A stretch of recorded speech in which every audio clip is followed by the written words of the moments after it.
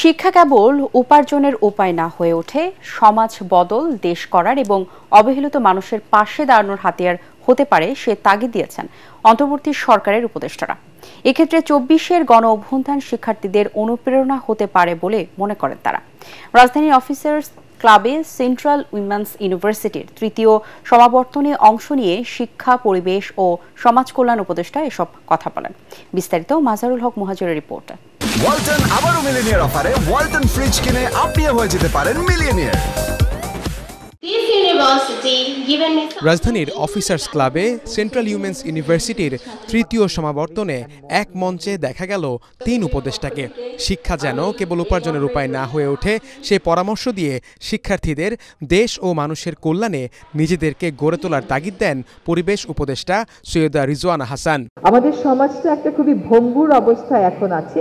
এতদিনের এক্সপ্লয়টেশন, এতদিনের অব্যবস্থাপনা, এইটার ভার আপনাদেরকে অনেক বেশি বহন করতে হবে আমাদের চেয়ে। আমরা তো কয়েকদিন পরে চলে যাব। ফলে আপনাদেরকে কোনটা উন্নয়ন কোনটা উন্নয়ন না সেটা বুঝে টেকসই উন্নয়নের পথে যেতে হবে।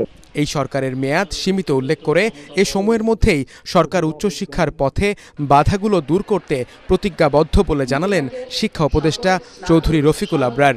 যদিও আমাদের মেয়াদ স্বল্পকালীন, তার মধ্যে অন্ততপক্ষে উচ্চ শিক্ষার ক্ষেত্রে যে প্রতিবন্ধকতাগুলো রয়েছে সেগুলোকে দূর করার একটা সিস্টেমিক একটা পরিবর্তনের উদ্যোগ শুধু আমরা পলিসির ক্ষেত্রেই নিব না, এবং সেটাকে বাস্তবায়ন করে যাবার আমরা অঙ্গীকার করেছি।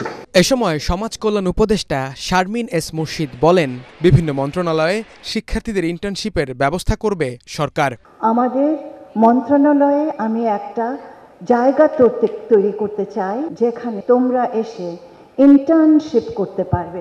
আমাদের মন্ত্রণালয়গুলোকে জনগণের সম্মুখে খুলে দেই না, এখন সময় এসেছে এই মন্ত্রণালয়গুলোকে তোমাদের সামনে খুলে দাও।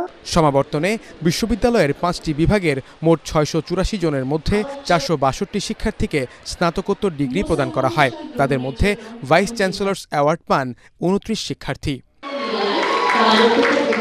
হারুন হক মুহাজির, এটিএন বাংলা, ঢাকা।